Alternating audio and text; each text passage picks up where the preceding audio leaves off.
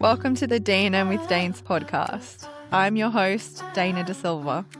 This is a space where I interview incredible souls from various backgrounds, professions, and walks of life, those who don't shy away from deep questions.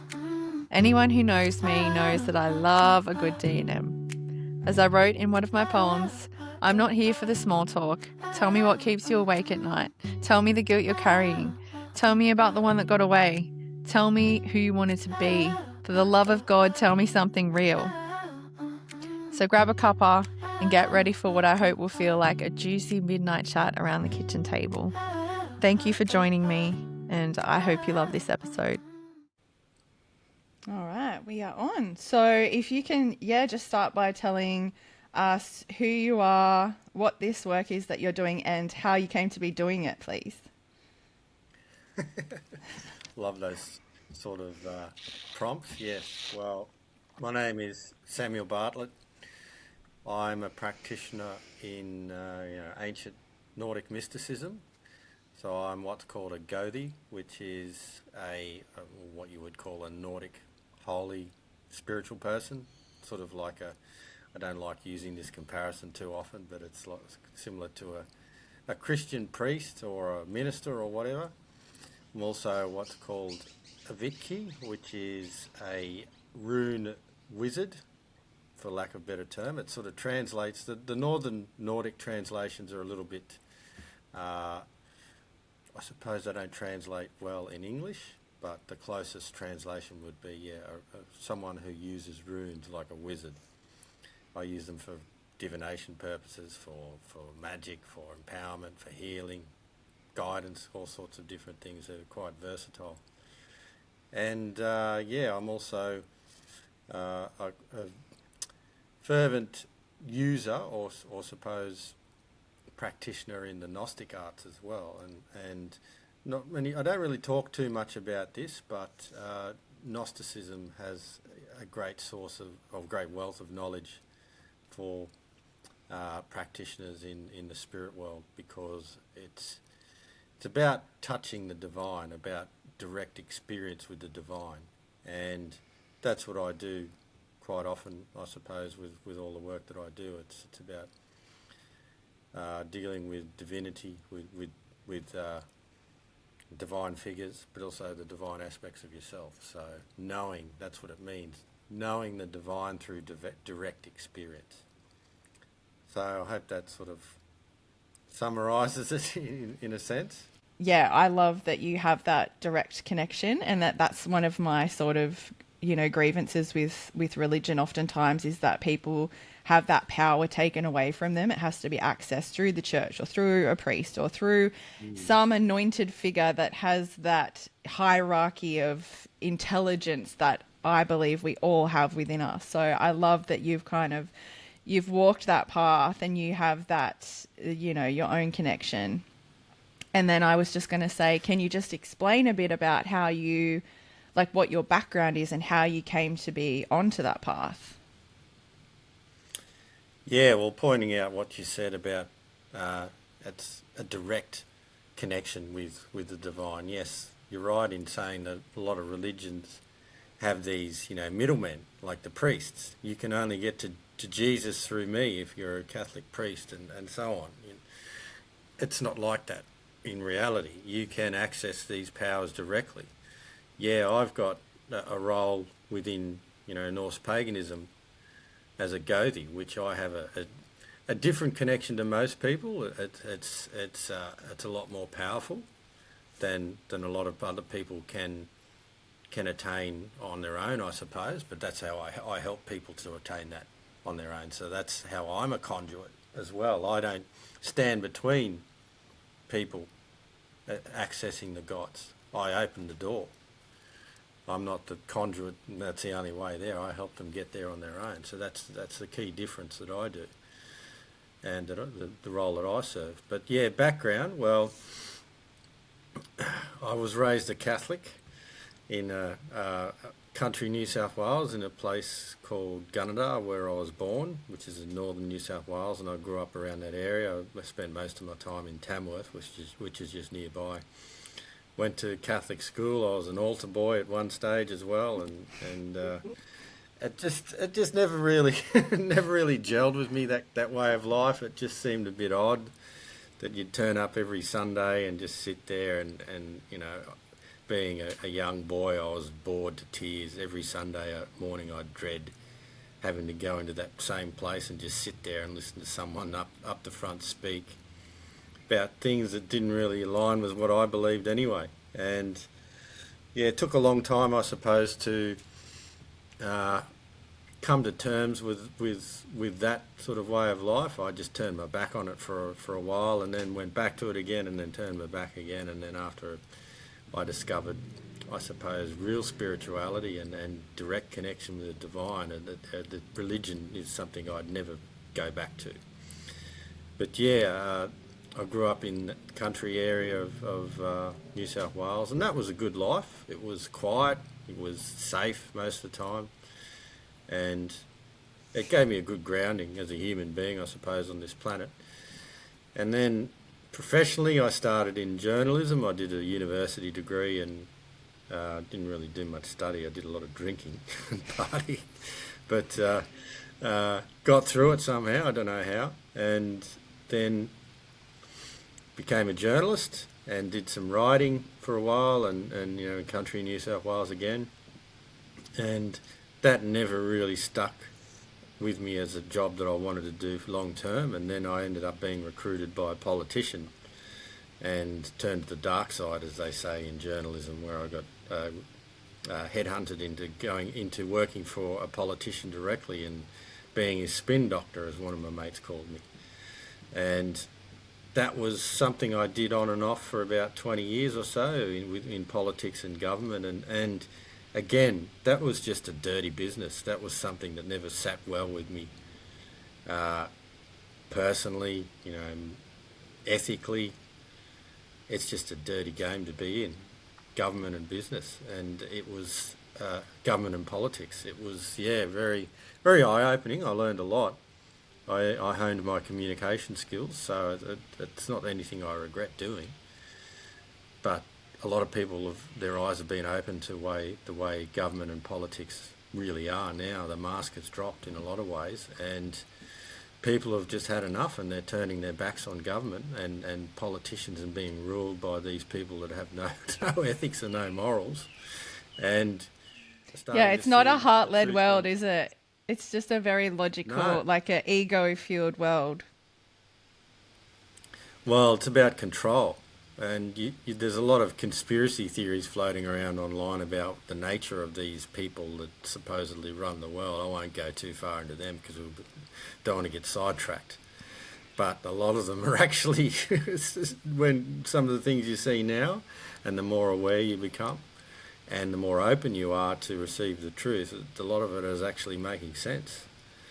And yeah, so I decided that that wasn't really something I wanted to do. And probably prior to COVID, I had what they would call, the spiritual awakening. And I read a book by a guy who's a Norwegian. His name's Arge Nost, and he wrote a book called Spiritual Science.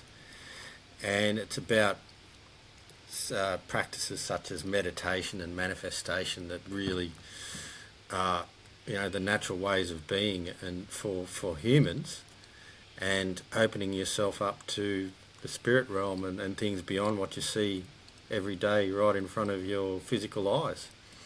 And that really did open my eyes spiritually to a lot of things, and that set the tone, I suppose, for awakening and moving into the work that I do now. And when COVID hit, I knew what was going on. I knew that this was just, I wasn't ever going to take that vaccine. I never did. And I saw through a lot of the lies and the bullshit that was being pushed around and the fear. And of course I copped it for being a conspiracy theorist, but I hung in there and stuck to my guns. And now a lot of people are looking back and saying, oh, the conspiracy theorists were right. And not that I, wanted to be right or anything, or it's feeding my ego. It's just, it's more of a, I suppose, I wouldn't call it validation, but it's more of a a sign that I was doing the right thing, and that I've got the strength to stick to what I believe in above all else. And yeah, and the further along I went on the path of the awakening, the runes started to make themselves known. And what I had noticed about the runes is they looked familiar. They looked like something I had seen before. And then I realised that I'd seen them a lot in childhood. I was drawing them on my school books. I was carving them into desks and, just doodling. Didn't know what they were. And I started doing tarot because I wanted to serve. I wanted to use my gifts to serve. I wanted to help people because my psychic abilities started to really come online. I'd always had them to a certain extent, but been repressed through various means. And yeah, I started to use tarot, but the runes made themselves known. And then as soon as I started to use them, the familiarity I had with them already was like, well, yeah, this is clear what I need to do. And things just unfolded from there. When I started to serve people doing readings and healings for them using the runes, then things just started to progress and build and to where I am now. And awakening, I've found, is not an event. It's not something that you just sort of, a switch goes off and you go, right, I'm awake now. It's more of a journey. It's a process. And there's been so many things that I've thought were true that have proved to not be true, particularly about myself and my own connection to the divine, that you just discover along the way because that's when you're ready to discover it. And I look back now at my journey and I have a lot of gratitude. I have a lot of I suppose, maturity about what I've been through and about what I've achieved personally. And I'm really, grateful for the path that I've walked, and it's brought me to where I am now, and I feel pretty at peace and calm about myself and where things are going. Yeah, there's a lot of shit happening outside planet-wise that are making a lot of people very, very, I suppose, anxious. But what I would urge is people need to look within. They need to look inside and make peace with themselves before they start trying to change the outside world, because that's what people are missing. You can't go out and have a violent revolution if you're going to just remain the same angry, scared person inside. It's just not going to work. So if you want to change the world, you've got to change yourself first. I'm so curious how, a country boy from Gunnedah evolves into where you are now. And I suppose as well, when you're in the spiritual scene, it's very heavily dominated by women. It's a lot rarer to see men doing this sort of work, and that's growing, of course. But yeah, I wanted to know, like, did you always have that connection to your own energy body, or do you feel like your life was kind of lived in two parts, like pre-awakening, post-awakening? Yeah, I'm curious to know how you because it seems like you have developed quite quickly in terms of where you're at now, and COVID wasn't that long ago in terms of like a lifetime. So yeah, did you always have that strong inner compass, or was it literally like, bang, here we go, this is now the path I'm walking? Yeah, I think I always had it, but I just didn't trust it. I didn't always trust it. I didn't always trust myself. And things that occurred during childhood, being in a household that wasn't very safe, to be honest, and being, that sort of going into school, the school zone where I was bullied and picked on, there was a lack of confidence generally in myself, and I didn't trust myself. I didn't trust my own intuition. I'd have these thoughts come to me, I'd have these signs come to me, but I didn't trust them. I thought I was being silly, and I would believe what I was told from the outside, like the Catholic Church and the priests and my parents and whoever else was around at the time. So I was always like that, looking back now, but I just didn't use it because I was afraid and because I was trained. It was trained out of me. And a lot of people are like that. There's so many people around like that now that have got this potential. Well, it's pretty much everyone. Everyone's got this potential now, but it's programmed out of them through, family life, religion, school, the business world, at universities, all of these things are designed to stop people from being who they truly are. And you made the point that it seems I've developed quite quickly, and I have, very fast, yes. But it's not about learning anything new. It's about remembering who you really are. And awakening is, you don't gain anything. I've realised this. Awakening is a stripping away of all that is false.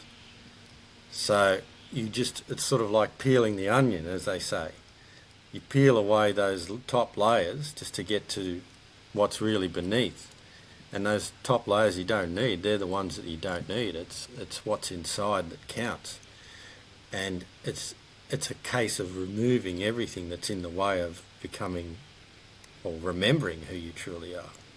Mm. So, yeah, I hope that makes sense. Yeah, it does. And who do you predominantly work with, and what does that work look like? Yeah, well, I do work with a lot of different people, a lot of women. You made the point Really? that this is dominated by women, and it is to a certain extent. But yeah, you also made the point, and you're right, that more men are coming forward. I've found that when I do readings, for instance, like I'll go around to shows all around the place, a lot in the Sydney area. I've been up to some in Queensland as well, and I just do readings for people. So people will come in, doing one at Gaimea tomorrow actually. People will come into the event like it's a spiritual, but it's marketed as a spiritual event, and people sell things there like crystals and other things, and then they usually have a reader's room, and that's where I go a lot of the time. So a lot of the people that come in to that, 95% of them are women. They seem to be open to guidance, and it's a feminine thing. Mm. It's feminine. Well, people in general are open to guidance, but it seems to be more women that take that one step further. I think it's because we are. I think women are a bit more in tune with their energy bodies naturally, like with our cycles and stuff. Like you're pulled into your inner world, into your body more frequently, and it's almost kind of, forced upon you. It's like you can't resist it even if you want to, I don't know if that plays a part in why.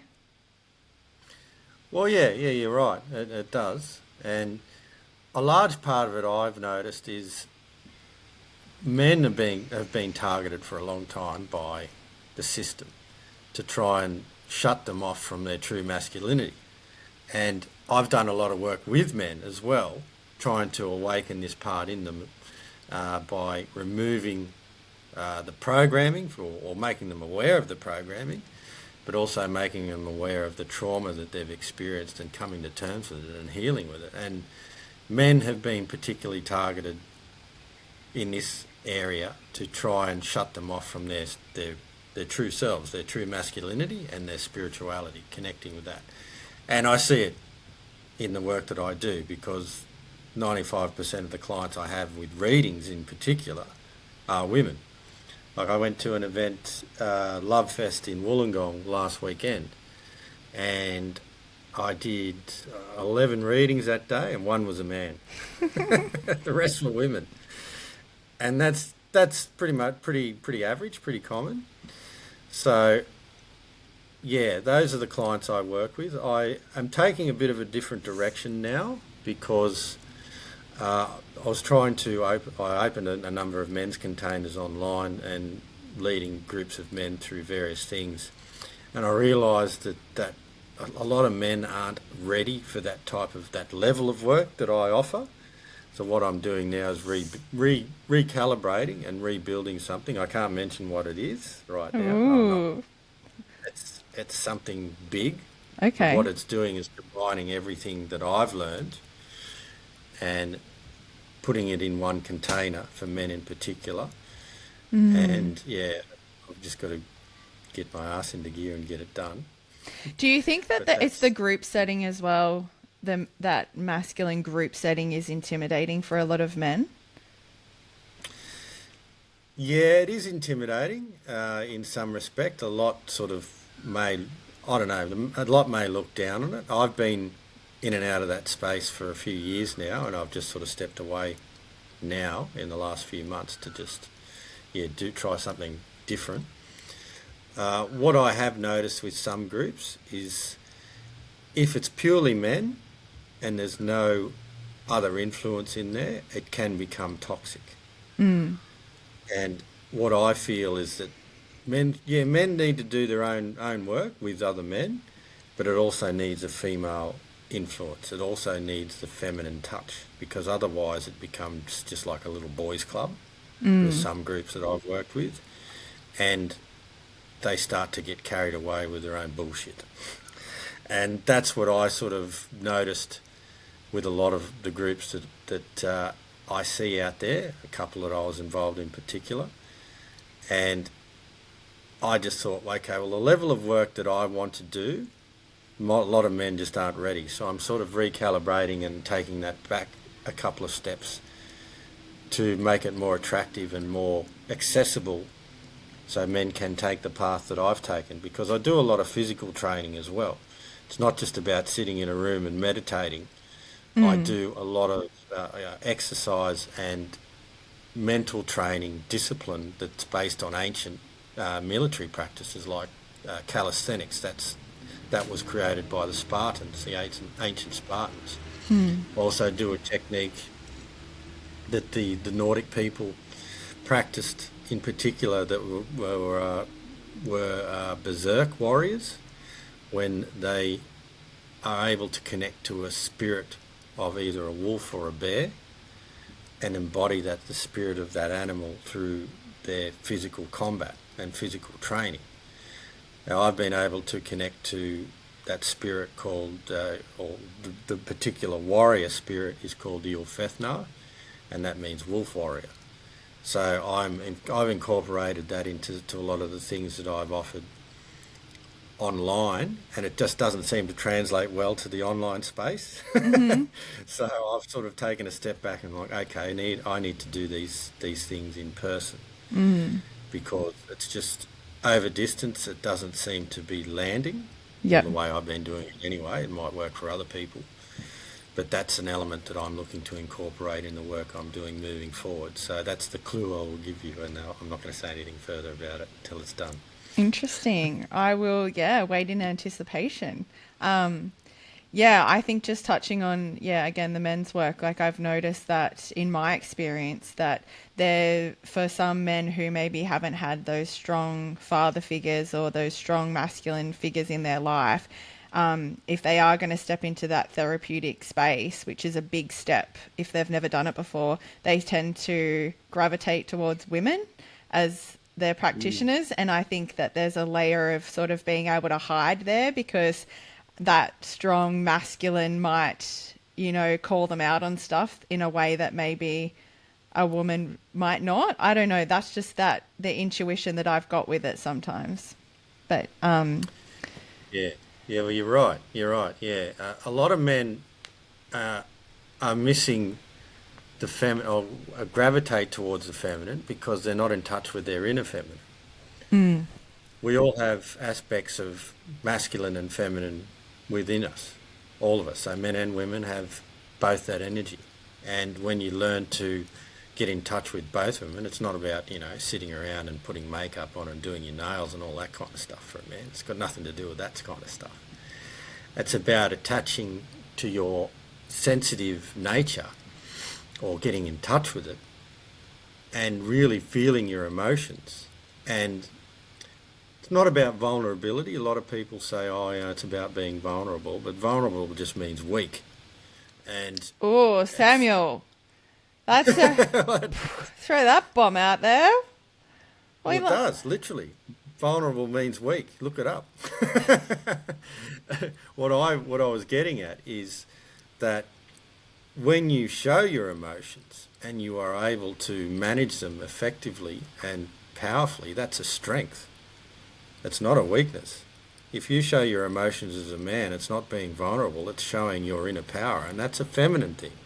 It's Mm-hmm. tapping into the inner feminine and showing that emotion. Because when you look at some of the gods in the Nordic pantheon, for instance, the god of the moon is male. His name is Mani, and in other traditions, It's feminine. It means the god of the moon is feminine. feminine. Yeah, Yeah. and the goddess. There's a goddess who's the sun goddess in Nordic mythology as well. Okay. And her name is Frigg.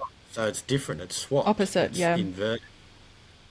So I always found that interesting, and I took note of it, and I realised, yes, the moon governs emotions, and the reason that the god of the moon in the Nordic pantheon is male is because when men get in touch with their emotions and learn to manage them effectively and not let them control them, not let them flow without any sort of restraint or anything or control, when they are in command of their emotions and they have full capacity in them, it's a huge strength. And I feel that men are more emotional than women anyway, when you look at it this way. It's just that men have been taught that emotions are weak, or being vulnerable with your emotions is being weak is strong as well. And again, that's just part of the societal programming and the twisting of the truth that happens a lot in this world. But that's the way I've been able to see through the lies that have twisted everything. And through the Nordic lens, I found that that aspect has given me strength personally, and that's something that I teach as well in the work that I've done previously with men and women, and something that I'm going to use moving forward with what's coming next. So that's a very interesting thing, because there's, in ancient alchemy, they always talk about the alchemical wedding, the marriage of the masculine and the feminine, the inner, and they talk about the moon being female and the sun being male, but I think it's been deliberately inverted to drive people away from actually achieving that alchemical wedding. You're just throwing me now because I feel so identified with the moon being woman, and like the because like the menstrual cycle syncs up. Like we'll often bleed with the full moon or the new moon, and like I'm like that just Yeah. feels like such a strong feminine energy connection. I don't know how to untangle that belief that I Well, formed. yeah. Well, that's a masculine connection to the moon, and that's your inner masculine. Why you feel connected to that may be your masculine aspect connecting through there. And men actually have cycles as well. We just don't bleed like women do, and that we have a cycle where every 28 days the moon moves into our sun sign. And this is other work that I've done. I do this particularly with men, identifying this cycle. If a man can abstain from alcohol and abstain from ejaculating during that time when the moon is in his sun sign for 3 days every month, then that's a source of great power as well. This is something that I teach men in particular. It's called the Ascension protocol. It's part of the work that I do directly with men, where if you can retain your fluids at that time and learn to move it up the spine and into the crown, it's a source of great power. And if you do that every month, then you start to move forward energetically and physically as a man, and become more in touch with your true masculinity and spirituality. That's the cycle that men. How easy do you feel like it is for, men in particular, that they're quite disconnected from the energy body or numb to that energy body, to start tapping, like to say sort of, to be able to move that energy right up to the crown? Like that, I feel like for someone, it's like saying, hey, go for a run when they haven't learnt to crawl yet. So do you find that yeah, like, do you find that once, Exactly right. yeah, how do you Yeah, kind of yeah. bridge that gap for people, and what's like the entry point for them? Yeah, well, I've got a process that I do. It's not just dumping them straight into that. That technique that I mentioned is deep within a process that I've created called the Ascension protocol, and it's a 9-week process. So over that 9 weeks, I will teach men to build that energy within their body. So what it starts with is clearing the trauma. So I go through a process for the first 3 weeks where I clear the trauma that they've experienced, identified from their childhood, and I clear that, because if that's there, that gets in the way of everything else. When you're able to clear trauma from the body, from the energetic body, it releases or it creates space for new positive things to come in. Now that's crucial. A lot of people don't do that because they aren't aware of it, and a lot of practitioners that teach this process that comes later that I've introduced don't do that either, because either they're unaware of it or they may be, I don't know, whatever reason it may be. But that's the first 3 weeks. And then the final 6 weeks of the process is where we start to learn to cultivate that energy within by retaining the seed within the body, because that's, if you're constantly releasing that, then it's sort of like opening a vein and bleeding every day, because you're just literally draining your life force. That is the source of creation within a man that creates life. So if you retain it within your body, it gives you great power, and you can utilise that creative energy to create other things in your life. It's not just about babies, where the fluid is about creating babies, but if you retain that fluid and learn to circulate it, which I do over the next 6 weeks in the Ascension protocol, then things just shift dramatically from being a man. And the men that I've worked with that have done this have seen these shifts, and me personally doing it myself, it's a game changer for a man. And a lot of men just don't realise this. They're addicted to porn, they're addicted to Tinder and going out and picking up women, and they think it's normal to go and constantly release their seed, and they're not creating anything from it. That seed is actually to create life. It's for creating babies only. So it should only be released if you're actually intending to create another life. Otherwise, it's meant to be retained within your body.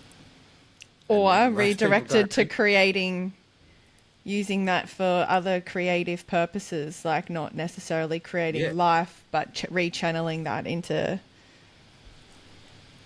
Yeah?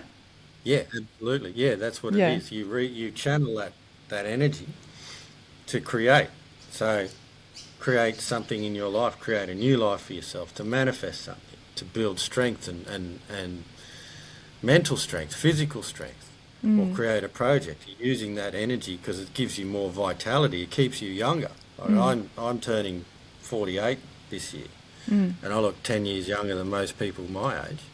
And a large part of it is because of the practices that I do in this area, by retaining that seed. And a lot of men will literally lose their vitality because they're expelling this life force. Yeah. And it literally does drain their life. Yeah, I think that's a big one for people to get their head around, right? Like that's the seed is sacred, and I just want to loop back for a second to what we first spoke about with religion and the church and stuff. And like, how do you, because I mean, one could argue that, you know, if theoretically you're doing a similar thing by sort of being the medium between people, how do you ensure that you don't have that God complex, or you being the chosen one? And like, how do you stay grounded in being that sort of teacher and that initiator without sort of, you know, essentially doing the same thing that we've criticized religion for doing? Yeah, well, that's a good point. Good question. Staying grounded is important. A lot of people, and this happened to me as well, I didn't escape it. When you go through the awakening process, it's a huge rush. It's a huge euphoric injection into your energetic body and your soul and your mind and everything. You just feel totally different. And for a while, most people go into spiritual ego. They start to see themselves as above everyone else that's not awakened and so on, and starting to look down on people. And I did that. I did that. I was part of that group that would look down on others, particularly during COVID, as, you know, sheep and so on. And I paid the price for that. I was brought down to earth because I let my ego get the better of me, and I learned the hard way that staying grounded and staying humble is key to just being able to navigate this space that we're all currently in with any form of, I suppose, sanity. Because people get carried away with various things. And yeah, the point about me being a Gothi for people, I have a special, unique connection to the gods that not everyone else has. But other people also have their own unique connection that I don't have. My connection is unique to me. It doesn't mean it's stronger or better than anyone else's. Some people may have a different connection to the gods that I don't have, and that's the thing. It's unique for everyone. I serve that role as a Gothi because people, I suppose I've got a certain connection where I'm able to pick up things very quickly and things come through to me very quickly. And it's a unique skill to have in a clan. So I feel that role because that's the role that I've stepped up and that I've been, I wouldn't really say chosen by the gods, maybe, because I have a unique connection that aligns with that role. But I don't stand in the way of anyone else having that connection if they want it. So if someone else wants to be a Gothi, I wouldn't stand in the way. So yeah, it's a little bit complex to explain, I suppose, but yeah, I'm not a gatekeeper. I'm not someone that says, no, that's the wrong way to do it, or you should do it this way, you should do it that way. There's many ways to get to the mountain, so to speak. There's many paths that you can take. And a lot of the time people take their own unique path, and that's good for them. We're all going the same way. We're all heading to the same destination, and then that's gnosis, that's connecting to the divine within. And whatever way people get there, that's good for them, then I encourage that. This is the way I'm going there, and it works for me. Other people have a different way of doing it that works for them, and I encourage that. So I hope that answers the question. Yeah, it does. I also wanted to ask you about when you are having these sort of channeling experiences and these downloads and stuff, how do you kind of separate what is like, ego or fear from what's true, authentic, higher self, or, coming from the gods or whoever you're connecting with? How do you kind of know what's what? Yeah, it can be when you first take the ascension path or awakening path, it can be very confusing because you have a lot come at you. You've got constantly getting constant downloads and voices in the head and signs that you have to interpret and so on. It can be very overwhelming. What I've learned to do is if something I'm trying to achieve, if it's very important and I've got a certain level of attachment to it, I won't make a decision straight away on it. Whatever comes to me, a download or a channeling or a voice or a sign, I'll learn to observe it first rather than take it as gospel, so to speak, or as a sign from the gods. Yeah, I've got still using that terminology, but yeah, it can be difficult. Even now, I'm not 100% clear on everything all the time. It's about trust a lot of the time, and trusting that I have, I suppose, what's the word? Or I trust in the gods to show me the right way forward, or I trust in my own divinity or my higher self to lead me forward. If I don't know, I'm like, okay, well, I will cast this burden to the God within and I go free and I let it go. If I don't know, that's what I'll do. If I do know, if I make a decision, if I interpret something a certain way, then I'll make a decision and take an action based on that. If it works out good, then good. If it blows up in my face, then I learned a valuable lesson there. Maybe I interpret it this way because it was guided by, may have had a bit of anxiety attached to it, may have had a bit of fear. But I've learned now to observe all of these feelings that come up in me when something arises, like a sign or an event or whatever it may be. And I'll be able to observe my reaction, my initial reaction, without acting on it first. So if it's making me anxious, if it's making me fearful, or if it's activating my ego. I'm able to observe all of those things now and then make a informed choice on moving forward rather than being led by any sort of self-deception, so to speak. Does that make sense? Yeah, definitely. Yeah. In terms of, okay, so say with the Viking era, it was a totally different time. People were tough, times were hard, people did bad things. What is it about, Norse mythology and the runes and that kind of era that you look at and you think, I want to bring this into the modern world? And what is it that you want to leave behind? Yeah.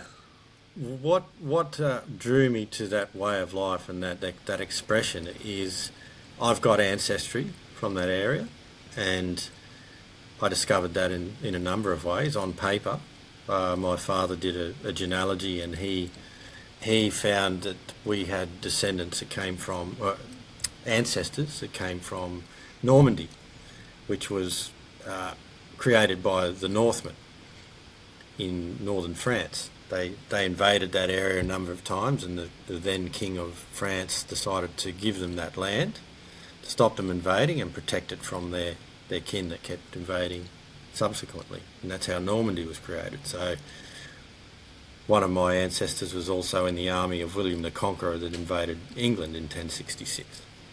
So I've got that connection. But I also did an ayahuasca journey where I discovered an ancestor or a past life that was a Nordic explorer and travelled around various parts of Europe, but also travelled to the United States back in ancient times. I don't even know when it was. It was a long time ago.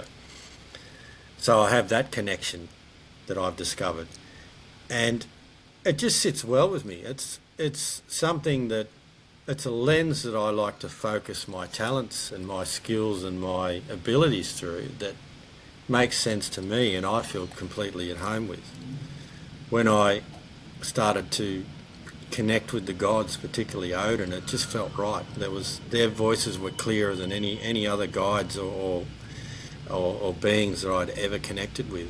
They just, even now just speaking about it, I can feel that connection just activating. It activates my entire body, my entire being, when I connect with this through this lens of expression. It just feels right to me. It just feels like home. I know that I was a practitioner of these arts many times in other lives, and what I'm doing now is remembering. And I feel it's important for other people of European origins and ancestry to connect to these old ways, because they're a source of great happiness and joy and power and strength.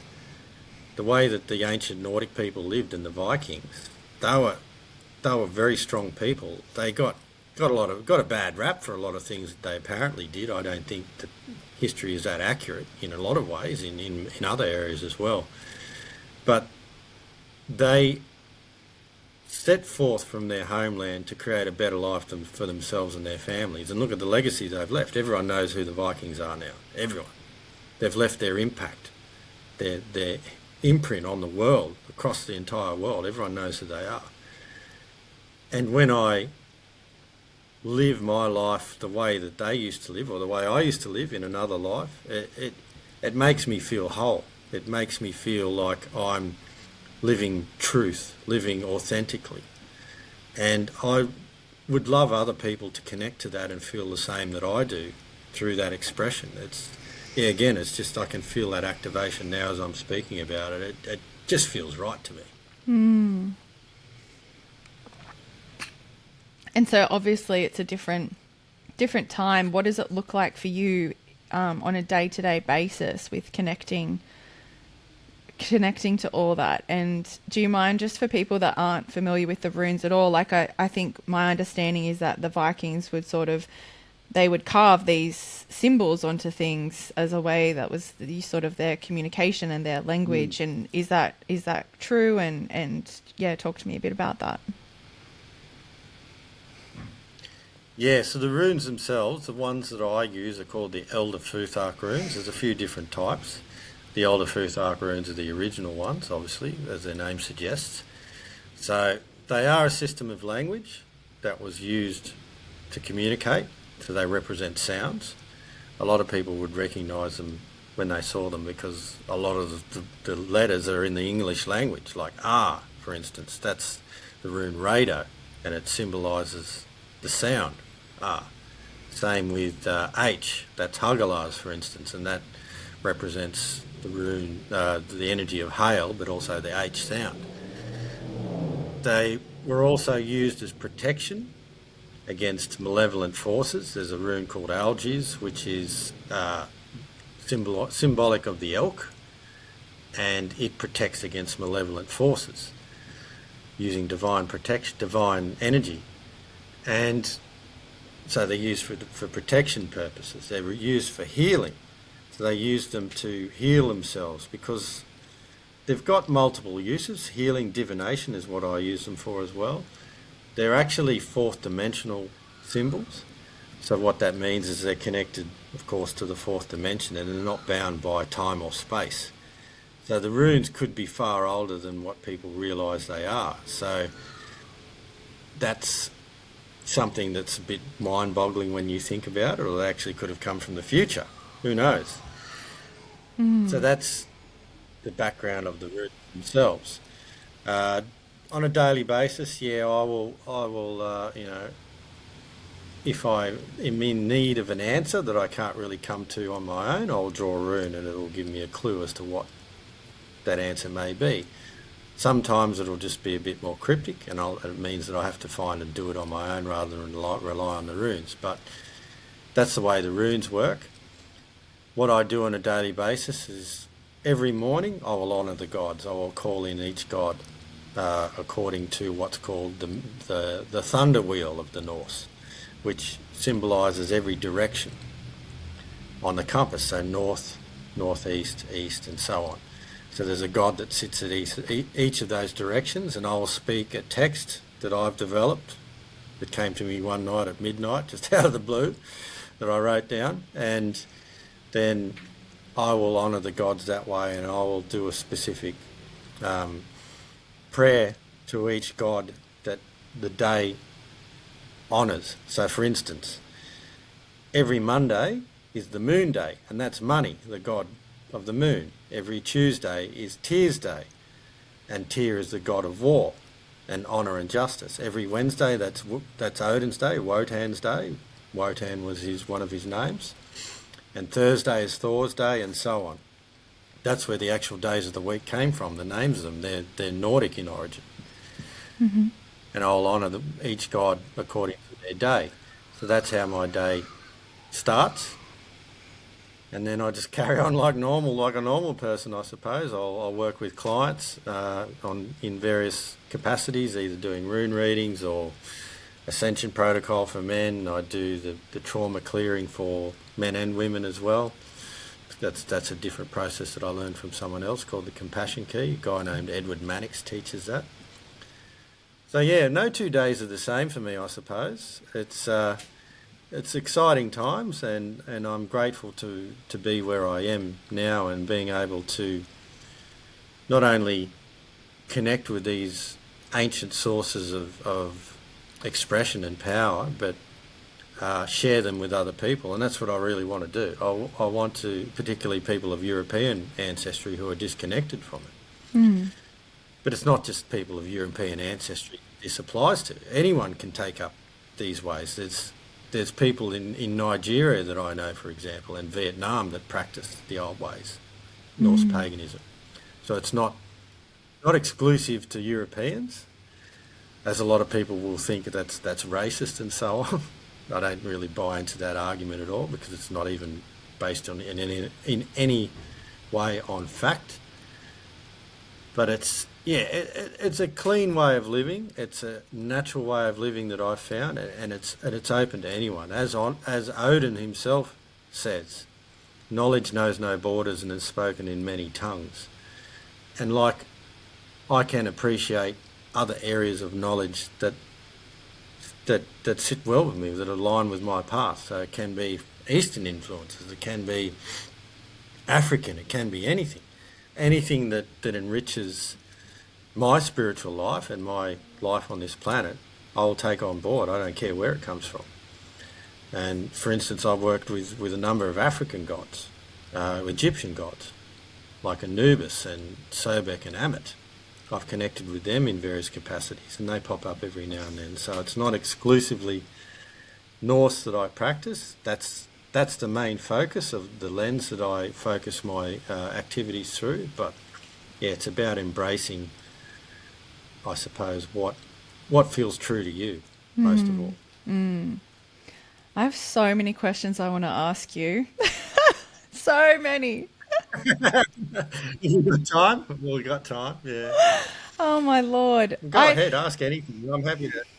I could go down so many different rabbit holes. It's a matter of I've got to choose what's most important, I guess. I did want to ask a bit about how someone who feels drawn to this, whether the best approach is to navigate it on their own or whether it's to work with somebody like you. And I'm curious about how you navigated that. Did you find they say when the student is ready, the teacher appears. Did someone hold your hand through that process? But I also want to ask you about when I listened to you doing a podcast recently and you were talking about how you worked through lust and the shadow side of lust, and that you specifically set that as a goal for yourself. And it was over like a 9-day period. I know you've spoken about 9 being a significant number in Norse mythology and with Odin and stuff. So, but yeah, I was curious when you were saying that because obviously I'm quite, ignorant to the history of that time. I've watched Vikings and stuff like that, but I don't have this wealth of knowledge about what really occurred at the time. But from what I can sort of gather on the surface is that the Vikings were very and, the Norse people were very sexual beings, and they were quite sexually... It seems, correct me if I'm wrong, but they were quite sexually liberated in the sense that they had, like, the men, for example, would have their wives and then they'd have concubines, and that, if they were out traveling, then So I guess what I want to know is what about you felt like you needed to conquer that lust element, and how you could have easily gone the opposite end of the spectrum and been like, that's just like, an energy that can be tapped into and used like as a, acting on lust in a powerful sense, whereas you've kind of seen it as like a shadow thing that needed to be overcome. So sort of how did you reconcile that with the Norse people? And yeah, does that question land? Yeah. Yeah, well, which one do you want me to answer first? About how do people connect to this? No, I reckon people can follow their own intuition to that. Let's go. I want to know about this lust business. Yeah, true. I knew you would. Yeah, okay. It's fine. Yeah, we can go that path. Of course. Yeah, I've spoken about it before, as you heard. Yeah, well, what I suppose is represented in Hollywood about the Vikings, I wouldn't take that as the 100% truth. A lot of what happened back then is just simply not known. It's because it wasn't recorded. What their sexual practices were in terms of, marriage and concubines and so on, I haven't really got much knowledge about that in particular. I've heard various things and read various things, but it's not really been covered in depth that I'm aware of. I could be wrong. But anyway, that's something that people need to, I suppose, come to terms with on their own, or find something that they can identify with that seems true to them. Yeah, I'm not really sure about that aspect. But in terms of my own personal journey with lust and the shadow, yes, I did do a process called the Odinic sacrifice. I've renamed it now to the Odinic forge. This is another process that I do offer to people to go through, particularly men. But Odin came directly to me at some stage. I can't remember exactly how it was done, but he he offered me this process to do, which is to sacrifice a lower aspect of yourself to a higher aspect of yourself. And it mirrors the sacrifice he made on the world tree for 9 days and 9 nights, where he wanted to gain the power and knowledge of the runes. And he wasn't at a vibrational level to be able to even perceive them, because the runes were governed, or still are governed, by the Norns, the goddesses of fate, the weird. So there's 3 Norns. There's Erd, there's Verdandi, and Skuld, and their names mean past, present and future. And to gain that level of perception to be able to use the runes and gain power of the runes, he needed to sacrifice a lower aspect of himself to a higher aspect of himself. And the story goes that he hung himself from the tree Yggdrasil, the world tree, for 9 days and 9 nights, upside down, with a noose around his neck, impaled by his own spear, Gungnir.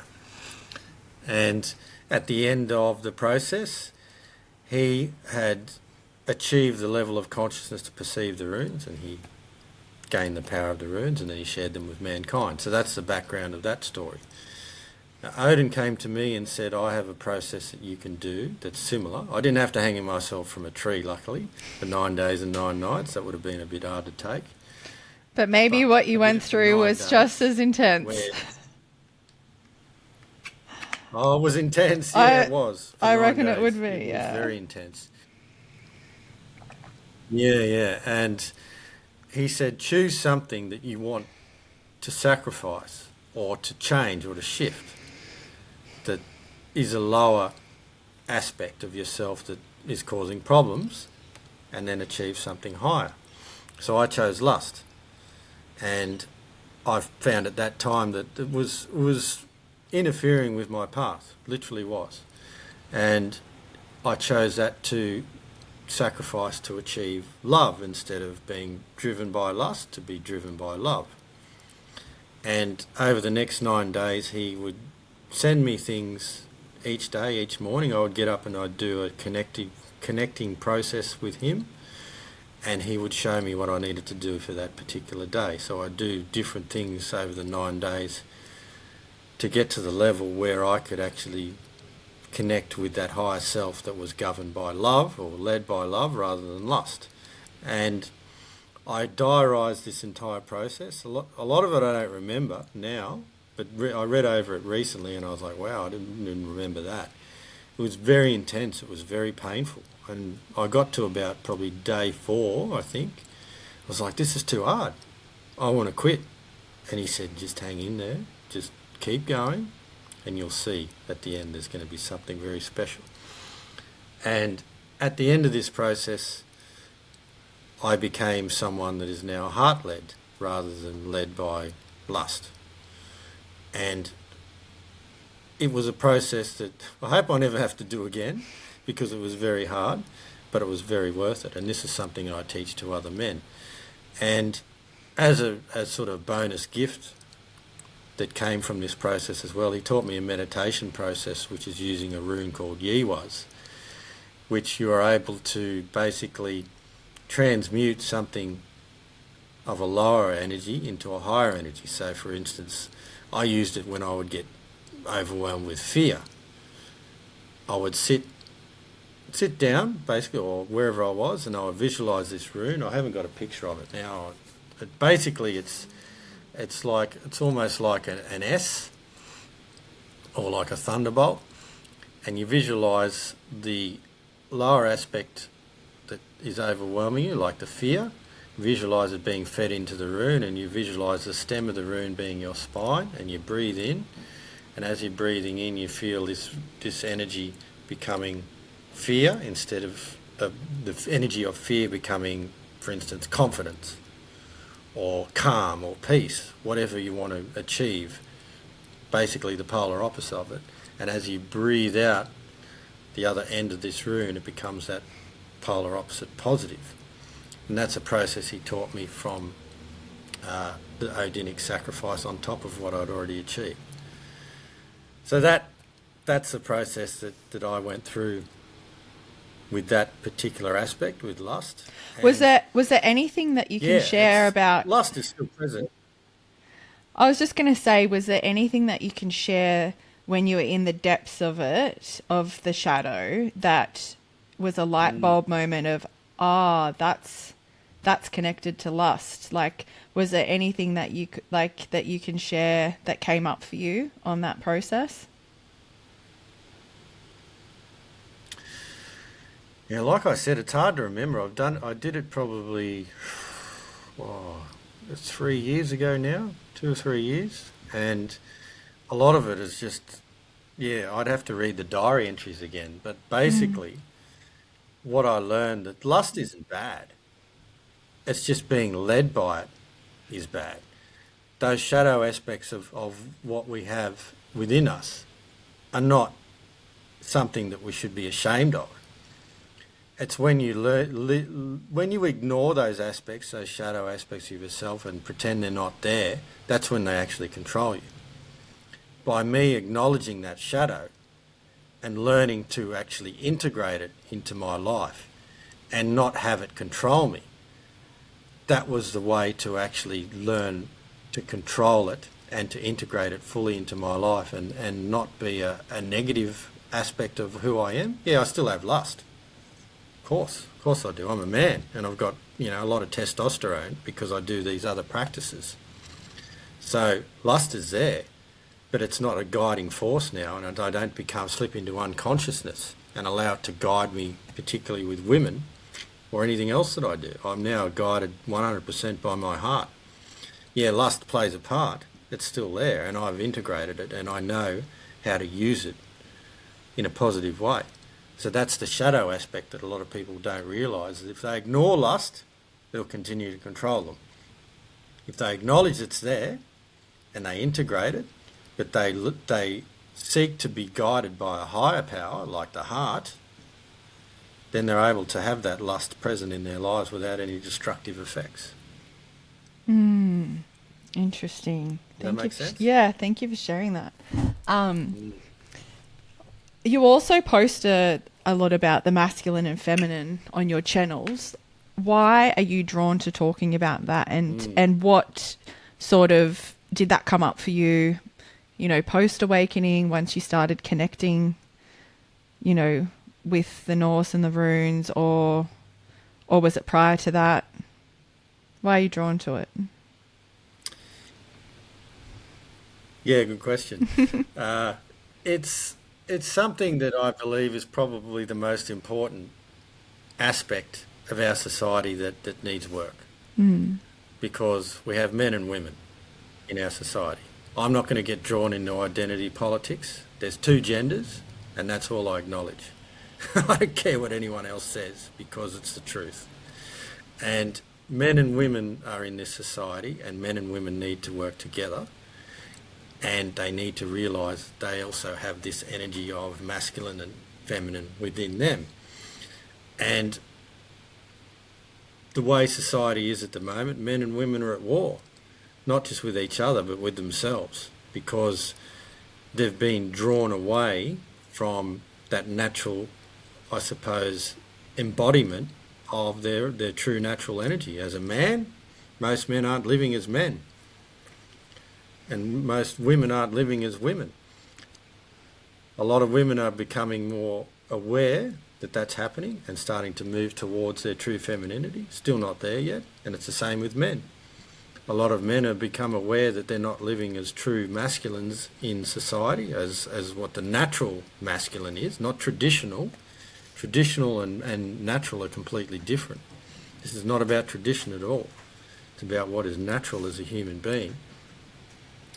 And that's, once people start to do work in that area in particular, and really focus on getting themselves right and aligning those two energies within, then things will start to shift, because you've got negative forces like feminism in the world, which aren't aimed at achieving equality for anyone.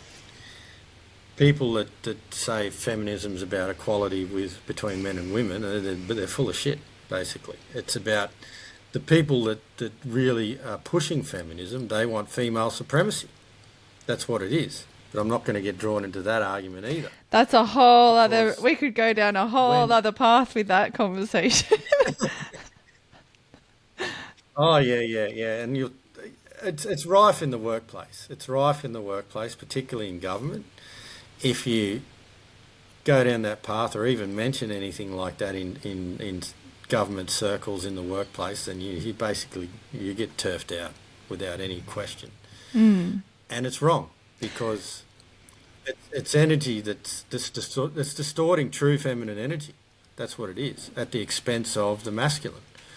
And anyway, again, I'm not going to go too far into it. I was just going to say, like, I feel in my heart of hearts, like, that there's, you know, healthy feminism and there's unhealthy feminism. And I do think that there's, you know, obviously as a woman, I'm passionate about that, you know, equality, and there's a place for feminism, but I also recognize that there's potentially that shadow side of feminism where it's about control. And for example, like having, you know, a man and a woman in the workforce, like that, the level of control with that. And I think personally that, you know, going backwards isn't the right answer, but I don't think we have landed where we're supposed to land yet. I think that we still have a long way to go, and that everyone's burnt out. Like, where we've landed right now isn't working. Everyone that I talk to is just exhausted, fatigued, overwhelmed.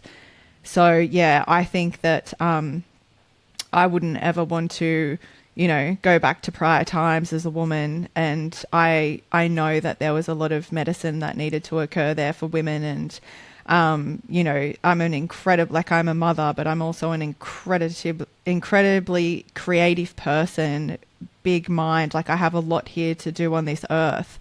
And reconciling all of that is not easy. And I'm very curious to see where we go in the future. But I don't think going back is the right way either. Yeah.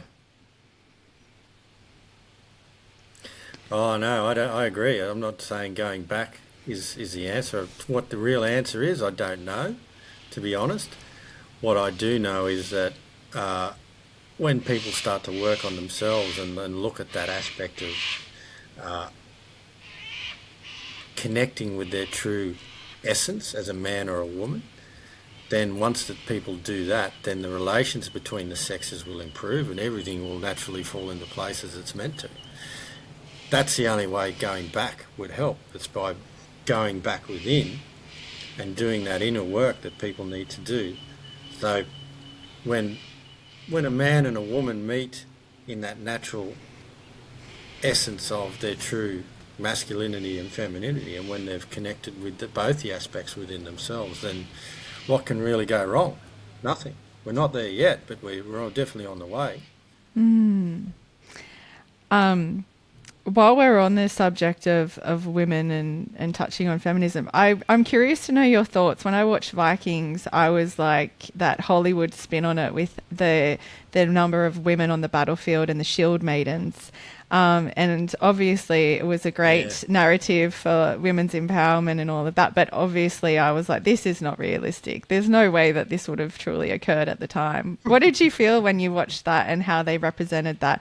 I think like the battles, oftentimes there were like, you know, 30% to 50% women in the battles. So yeah, what? Yeah. Yeah, well, a lot of what people believe in that is based on, there was a grave found in, I think it was either Norway or Sweden. Yeah, I saw this with the woman with the shields, with the weapons. Yeah, I saw. Yeah, she was with armour and weapons, yeah. And they've basically said, oh, well, okay, well, she must be a warrior. And there's no real other evidence pointing to women being on the battlefield at all. That's the thing, like, I haven't read anything where there's definitive proof that women did go into battle with men. Yeah, it may have happened. And women did have a different role in Nordic societies than they do today, of course. And I'll get to that in a minute. But yeah, that it seems that a lot of it is, of course, Hollywood based. from what was depicted in Vikings. Yeah, they may have. I don't know. I wasn't there, and neither was anyone else there. Like, well, I may have been there in some aspect, but I don't remember from that particular time.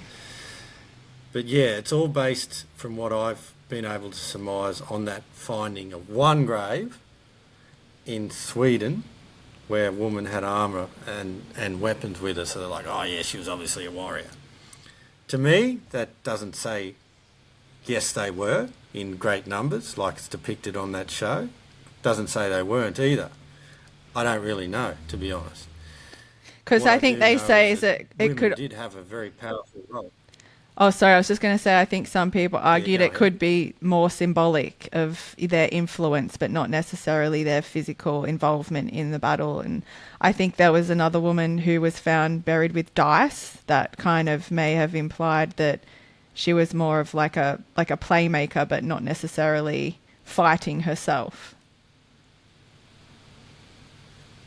Yeah, that's one explanation for it. What I did hear with the woman that was found with the armour is someone said, oh, it could have been her husband's armour that disappeared, on a voyage or something, and she wanted to be buried with it.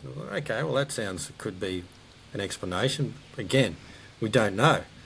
Well, as I was getting at before, what the role that women did have in Nordic society is they were very, very well revered. They were a powerful force within Nordic society. They owned all the property. They owned the house. They were the ones who were actually in charge of the household, not the men. The men went away to battle and fought and voyaged and all of that and tilled the fields, things like that. But it was the woman who ran the household, and she owned everything. She owned the house, she owned all the property within, and that's just the way it was. And she could choose, basically, if she wanted to get rid of the male, she could file for divorce, as they say. She could say, she wanted to dissolve the marriage, and if that was the case, then the male had no choice, the man had no choice. So that's the role that they took. They also had a revered role in terms of being able to be, I suppose, revered as a seer. A lot of women back then, of course, took on the role of being a seer. They practiced a particular magic called Seidr. And they took on a role called the Vulva, which was mostly an exclusive role to women. And whenever a Vulva entered the household, they were treated with great respect and honour. For instance, a Vulva was able to travel around the countryside and basically provide services to various communities by using her seeing abilities. For instance, if a village was going through a famine or something, or a community was going through a famine, they would employ the services of a Vulva to show them how to basically turn the famine around, or the drought, or whatever it may be. She would say, okay, well, you need to go here and plant here and so on. And that was the role that the Vulva took. And of course, a certain part of the female anatomy was named after this particular role. That's how important she was. So that's what I do know about the roles of women in Nordic society. Yeah, that's really interesting.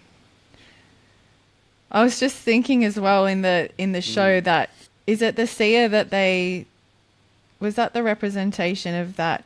What was that really gruesome figure in the show that had like was it like one eye? What was that representative of? Yeah. No eyes. Yeah, he was like a Gothi or a Vitki. He was a bit different. He seemed to be a bit of a mishmash of everything. They didn't really explore the vulva aspect in that show. It was more that dude. I can't remember what I don't think he even had a name. They just called him the Wise One. Interesting.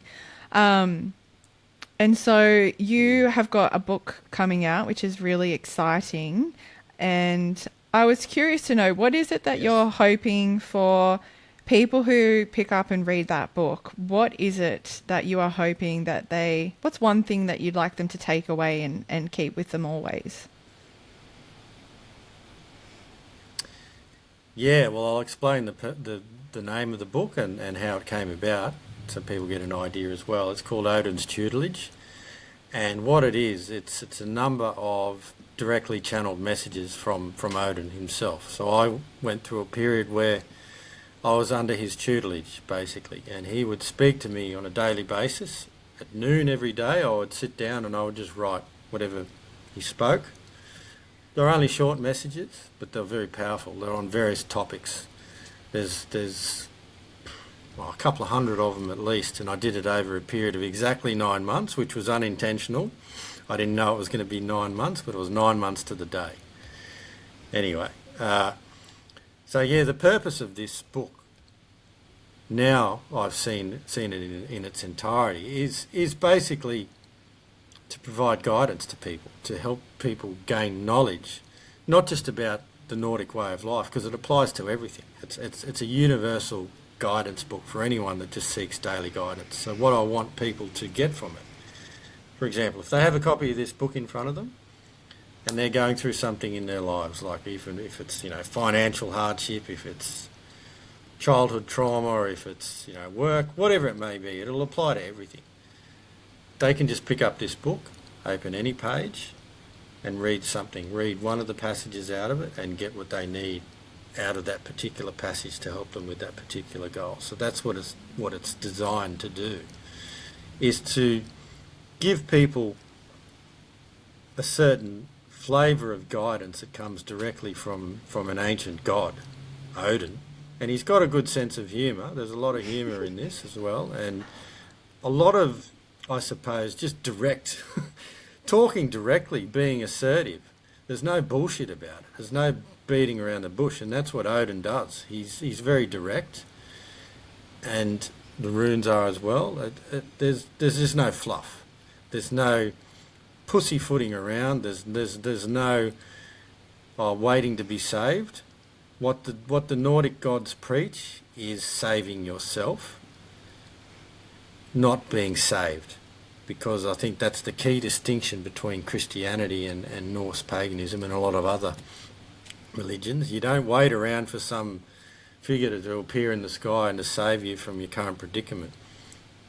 You are given the knowledge and the strength, or guided in a certain way. It's not given to you. You gain it in a certain way, the strength and the knowledge and the wisdom to better yourself. I view Odin not as a master, not as someone that is, an overlord, or that I lay down on the ground and worship. It's got nothing to do with that. He's like a friend. He's like a guide. He's like a teacher that I don't rely on, because when I did rely on him once and I asked him to save me, he basically turned his back and said, "Get up. This is pathetic. Get up and save yourself. I'm not going to do it for you." And that was a real shock. And that's the way he operates, and I'm grateful that he does, because he's helped me find that strength within myself to do everything myself. I could turn away from the gods tomorrow and I'd still be okay. I don't want to do that, because they are they're my friends now. They're all my friends, and that's the key difference that these gods offer people. And yeah, getting back to the book, this is the flavour of what you'll find in this book. It's not about being saved. It's about having the right knowledge and wisdom and guidance and strength to do it yourself. Yeah, I love that. I had this, you just reminded me of this. I did this shamanic animal journey once, and I connected with this spirit of this elephant, and like I was, I touched it and I was going to climb onto it, and it was like, get off, like you stand on your own 2 feet. It was like, there's no carrying when you're in that kind of space. There's no sort of, you can't sit in that victimhood. It's the only way out is through yourself. And there may be these figures that come along to walk a little of the path with you at your side, but you are not being carried by them at all. You just reminded me of that. I wanted to know, in terms of connecting with that book as a as the masculine or the feminine. For me, I feel sort of, more drawn to goddess Freya, for example, and that might be the sort of entry point for me to start connecting with the energy of this work. And yeah, perhaps it's different for, your obviously connection point was Odin. Yeah, how do you expect, or how do you, I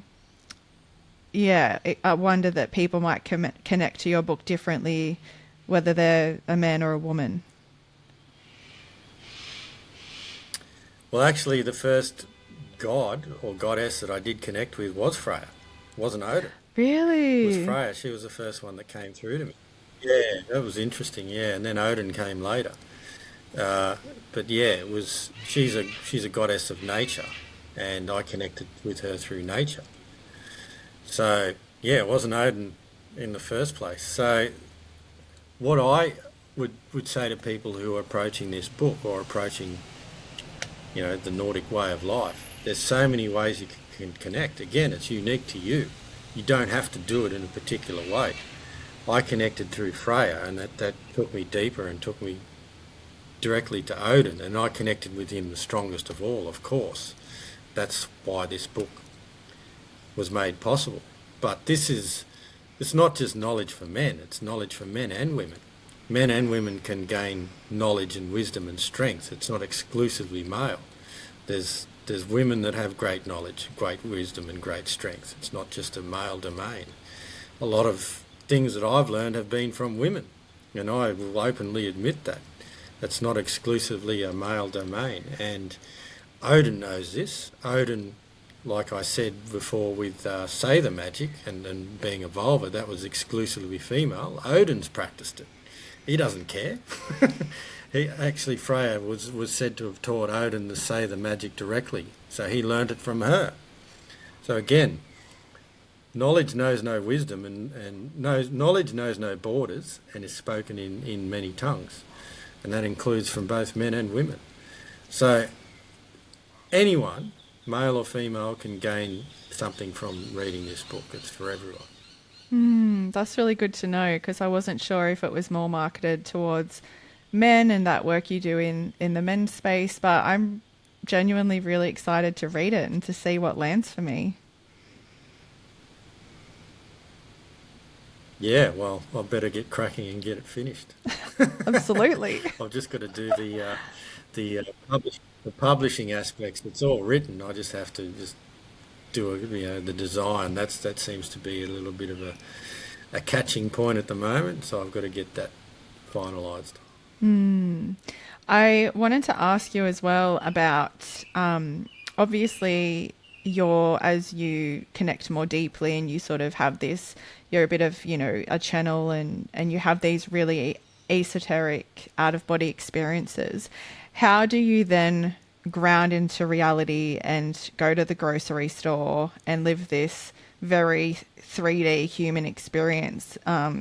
There's a book written, I can't remember the author, but it's something like After the Ecstasy, the Laundry, and it's just that integration process explored. So yeah, I also am fascinated about, with mental health, for example, and say somebody who presents as, sort of psychotic, or, what is the difference between a person who, is branded as being completely crazy and someone who can kind of tap into these other worlds and these experiences, but then also ground back into reality and not sort of stay there and disappear in it?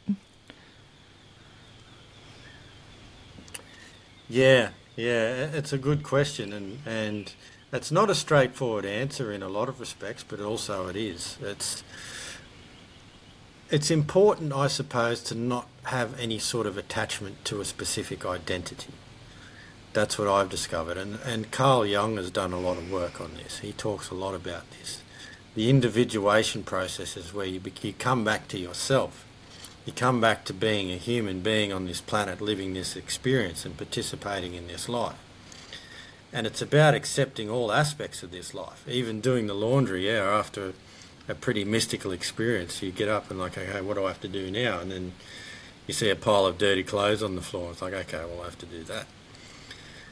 I did struggle with this for a long time, where I'd be looking at the things I've experienced and what I've been capable of, and then having to go to work every day and having to go to the supermarket and eat, go to the bathroom, and like it became laborious for a long time, where I was just like, I don't want to do this shit anymore. I don't want to be on this planet and having to experience such low vibrations and frequencies when I know I'm capable of so much more. And I had to accept and to come to terms with that I'm on this planet for a reason. I'm in this body for a reason, and it's a good reason. I haven't fully realised what it is yet, because I'm still on the path, but I know that this experience, what I see every day of doing laundry and eating and going to the supermarket and, you know, all of those normal things that a human in a body has to do, that's part of it. So every now and then I still get the shits with it, and I'm like, fuck, I have to do laundry again, or I've got to go to the supermarket and feed this body. It just keeps getting hungry every day. It's like, why? But what I've realised when I complain about these sort of things, it just makes me frustrated for no reason. It's not going to change anything. It's not going to shift me into a higher plane and I'm going to stay there, because this is where I am now. So I've come to terms with that, and I've accepted that that's part of the process of participating in the life that we have, even though we're capable of so much more. Yeah, things are going to shift, I feel. There's a shift coming where this sort of thing that we're experiencing now is going to change for the better. Yes. But for now, it has to stay the way it is. I like what you said about, making peace with the human experience, because there's been times in my life where I've felt like I've always felt very sort of homesick, like I'm here for a period of time, but I've never fully detached from another realm or something. And I've always struggled to be here and accept this human experience. I've always felt like, fuck, what am I doing here? Like, what is this world? And I've learnt more recently to be at peace with it and go, okay, well, I'm obviously here for a reason. I'm meant to be having this human experience. I'm allowed to fuck it up and get it wrong, and, you know, to just be human, live, like, fully commit to it. And I think that's been liberating for me in more recent times. Maybe it's also because I'm getting to maybe closer to the midway mark and the end's kind of closer on the horizon now that I'm making more peace with it. But I know in my, I have struggled a lot with that. Yeah, I know the struggle well. It can be, there's a certain point where you remember what was possible or what you had in the past, in the distant past, wherever we came from, and I've connected with that aspect of it as well. And there's people that call themselves starseeds and you know, descendants of Arcturians and so on, and I've connected with that aspect of myself as well, which I haven't really explored in depth with other people, but it's been a strong aspect of who I am as well.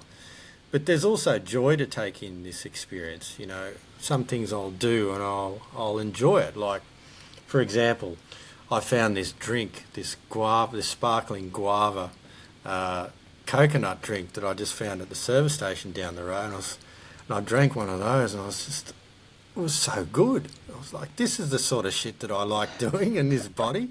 And I got to a point where I was having too many. I had about 2 a day, and I started to just like get addicted to them. Like, oh, I've got to stop this now. So that sort of thing, you know. Yeah. You enjoy a nice drink, or you enjoy a nice sunset, or you'll see a flower somewhere when you're driving on the highway. See a lot in the Blue Mountains. There's always lilies on the side of the highway in the Blue Mountains. I see them everywhere I go, and I notice them, and they're beautiful flowers. And there's just those little things that just make it a bit more bearable, I suppose, or you enjoy it, or a good experience, or a good connection with another person, a member of the opposite sex. Those sort of things make it enjoyable.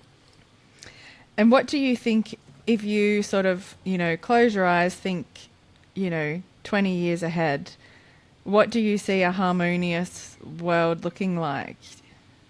Have you had glimpses of it? Oh, yeah, yeah. I think about it pretty much every day.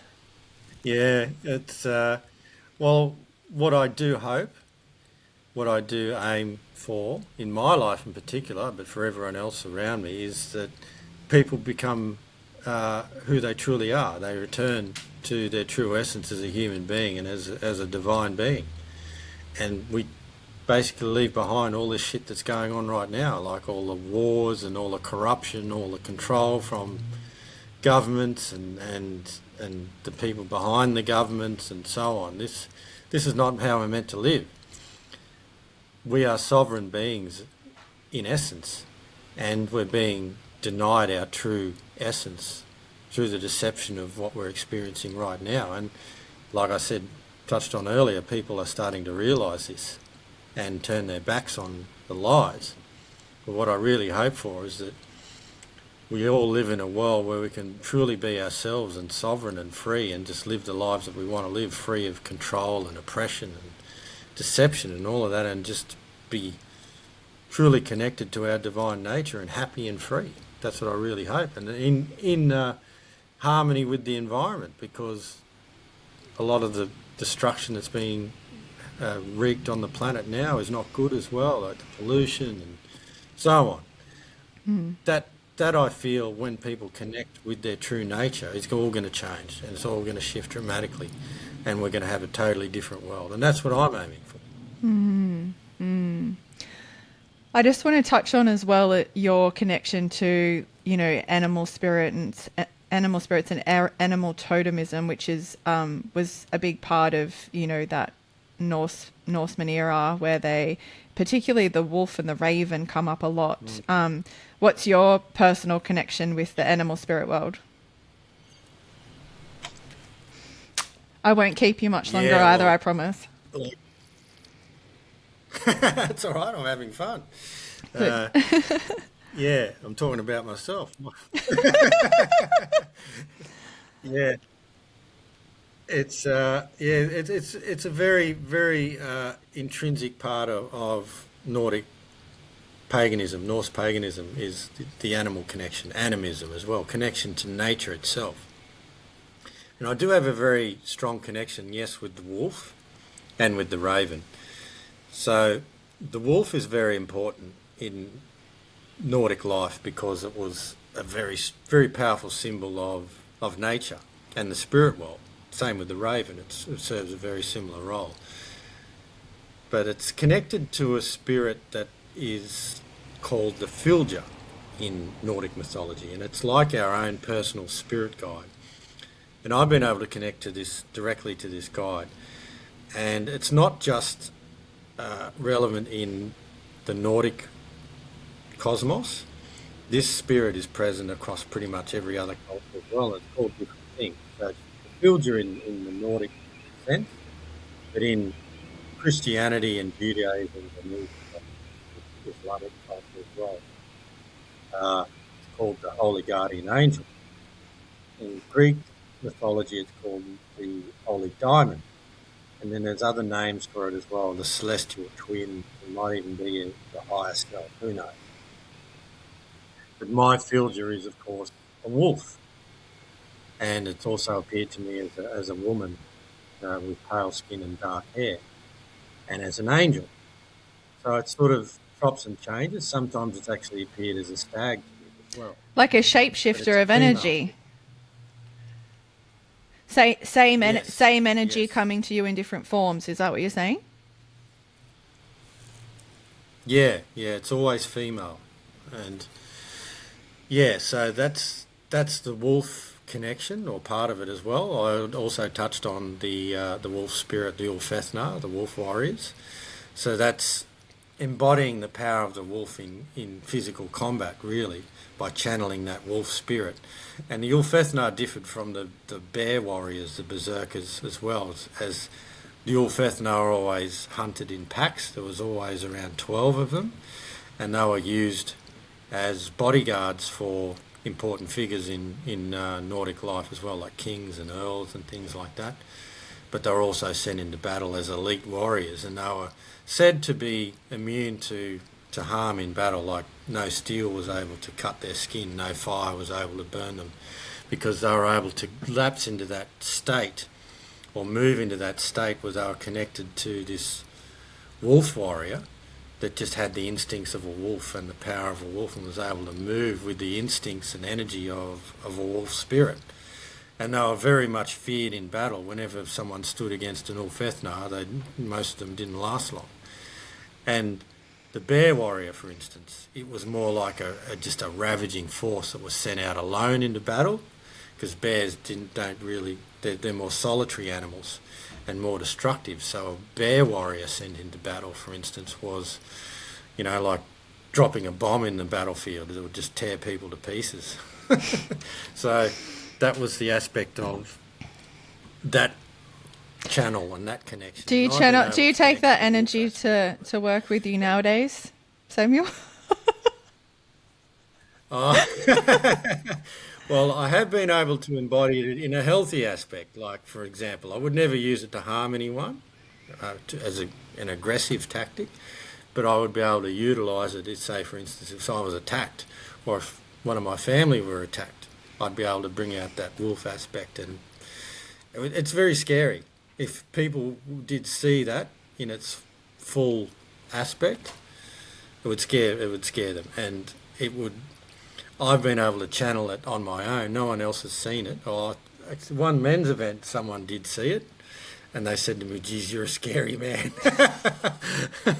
But anyway, that was a brief appearance. But it's something that I have control over. It's not like it controls me. It's something that I can focus on and bring out when it's needed. I haven't really needed it yet, and I hope I never do. But if I do need it, then I'll be able to use it. Yes. Yeah. So many different paths I can go down here again, but yes, I will contain all of those questions. I've got my little checklist here for things that I wanted to make sure I did ask you, which we've covered most of it. I think there were just a couple of things. One was that I heard mentioned that historically the belief has been that if you engage with Odin, he doesn't share his wisdom with you without, a sort of harsh payment. How have you, been able to fearlessly walk that path without, fear of what price you might have to pay for being granted the wisdom of Odin? Yeah, I've heard that before, and I can't really name anything that I've had to pay him in any respect, I suppose, other than prove that that I'm worthy of that knowledge.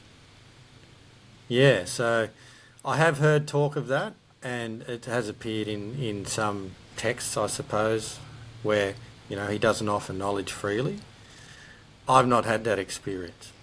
And like I said, I suppose some people may have had that experience with him. He appears differently to others as he may appear to me, and again, it's how people approach it according to their own unique approach. I've never really had that experience. Yes, I've had to work for it, but I've had to do the work on myself, and I've always been rewarded by having extra strength and knowledge. He's never really withheld anything from me unless I wasn't ready for it. And I suppose with the process that I went through with the Odinic sacrifice, that 9-day process, I had to go through that process to have the level of consciousness and strength and awareness to gain what was waiting at the other end, just like he did with the runes. He's gone through many trials himself to gain wisdom. It's said also that he plucked out his own eye and threw it in the well of Mimir to gain knowledge. And by sacrificing his physical eye, he was able to see more in the spirit realm and gain more knowledge through inner sight rather than outer sight. So that's more of a symbolic sacrifice. So yes, I would say there is sacrifice required and payment, but it's not, nothing is withheld if you don't make a certain payment. It's not like a transaction in that sense. It's more like, okay, this is what is possible, but you have to do the work to get there. Again, it's not like being saved, like in Christianity. It's not like waiting for a saviour to come and do the work for you. You do the work, but there's definite reward at the end for it. You definitely get something out of it, for sure. I know I have. And there was a real fearlessness from the Vikings I felt when I was just, again, watching Hollywood TV. But in regards to mortality and death, there's just such a peace with that outcome. Has that translated into you on a personal level now? Do you feel like you don't fear death either? Yeah, I never really did fear death, I suppose. Even from a young age, I've never really wanted to die. I suppose That's some good. people have, yeah, like I know I've been in some pretty dark places, but it's never taken me to a space where I wanted to end my life because I know that I've got things to do. And in saying that, I don't fear death either.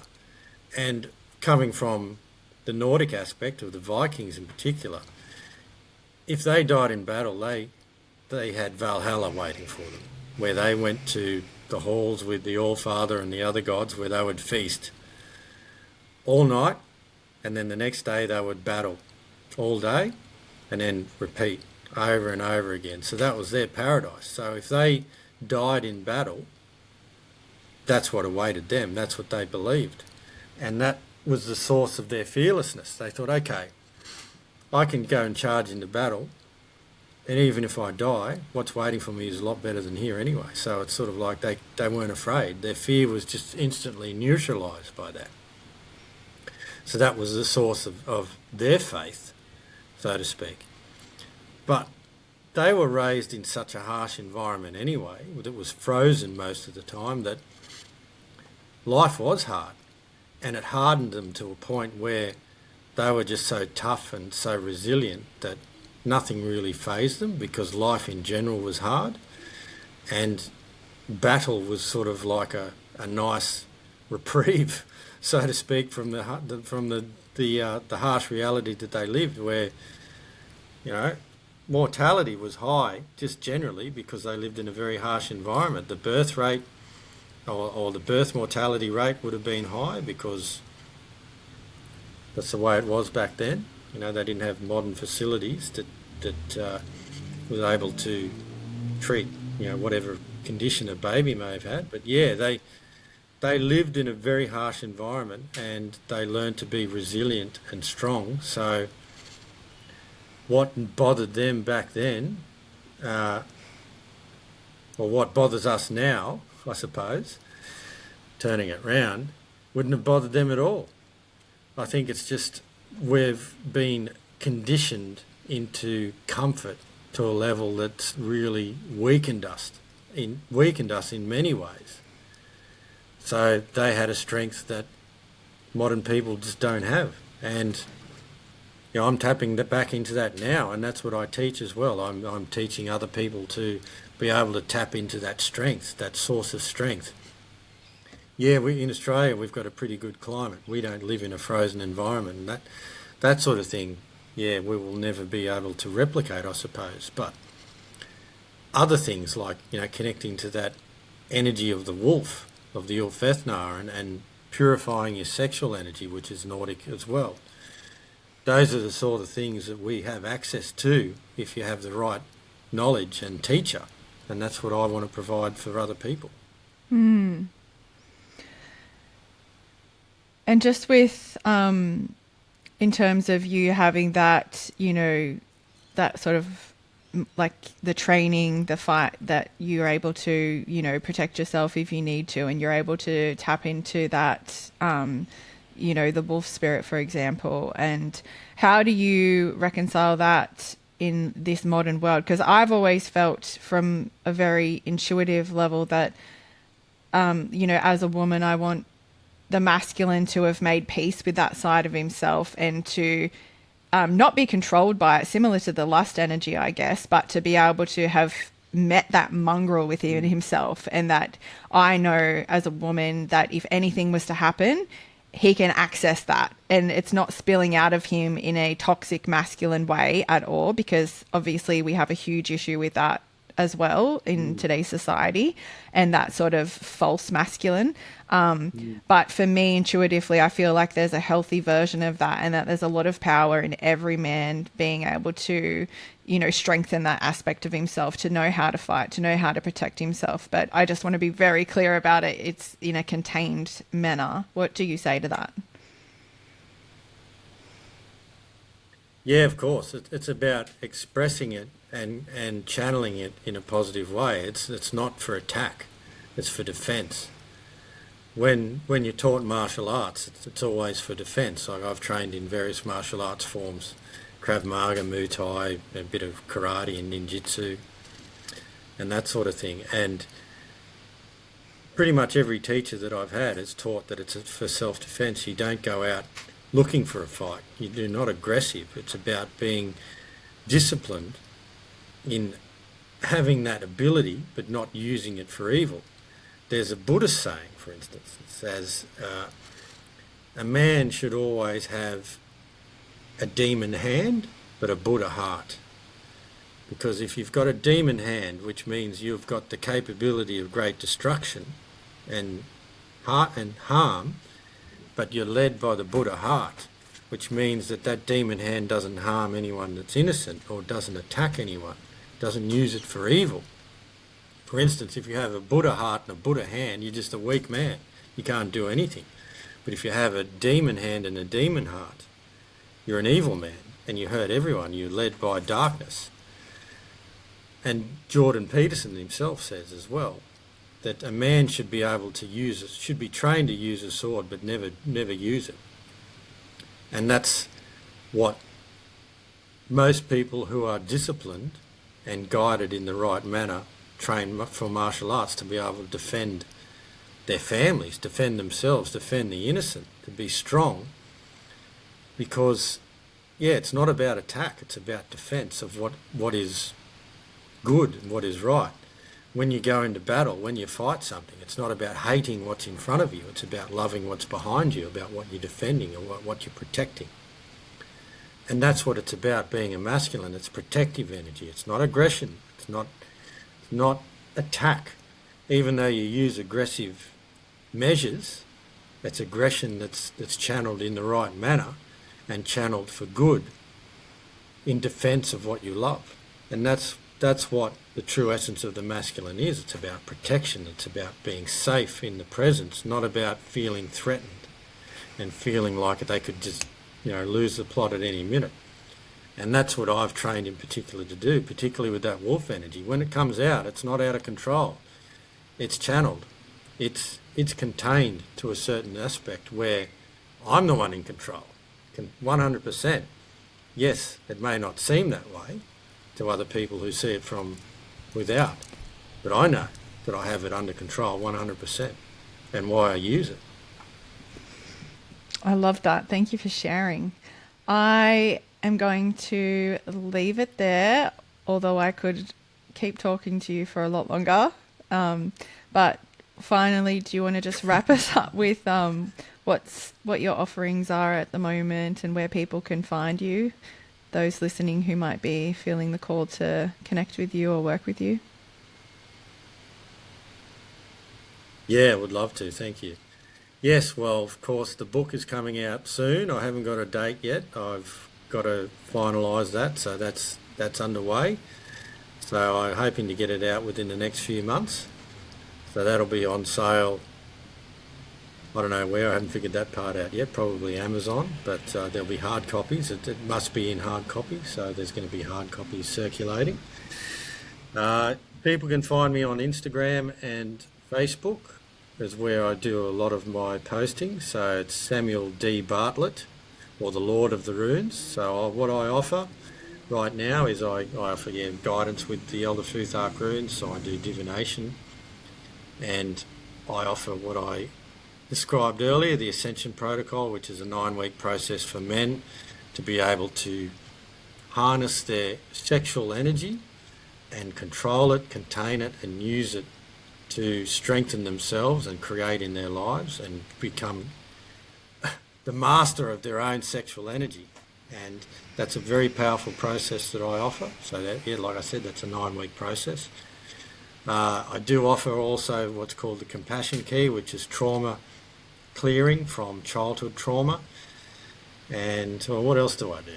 I should have written all this down. I've got all this other stuff that I've forgotten now, but there's a couple of other things that I'm going to offer very soon that are coming. And so keep an eye on my social media, which is, yes, Instagram and Facebook. Also got a website, it's just s-d-bartlett.com, where I'll be announcing some other things that are coming up. But yeah, just follow me on social media. That's the best way to keep a track of my activities. I do travel around Sydney, the Sydney area and Central Coast and Newcastle occasionally for shows where I do read, but they'll all be announced on my social media. So that's probably the best way to keep track of where I am. And you can just send me a message via Messenger, either on Facebook or Instagram, or send me an email. All the details are on there, and then we can talk about what it is that you need, and we can see how I can help you. And of course, yes, I do guide people on living the old ways in connecting to the gods and living life as a Norse pagan. That's a very important aspect of the way I live, and I want to help people connect with that way of life. So I'm available for that kind of work as well. Amazing. Thank you so much. And I will have all of those details in the show notes as well for people to find. But thank you so much for your time, Samuel. It was really nice to chat with you. Thanks, Dana. I appreciate it. It's nice chatting with you too. Thank you for listening to this episode. If you enjoyed it, please like, subscribe, and share with someone if you think they'd enjoy it too. Until next time, have a beautiful day.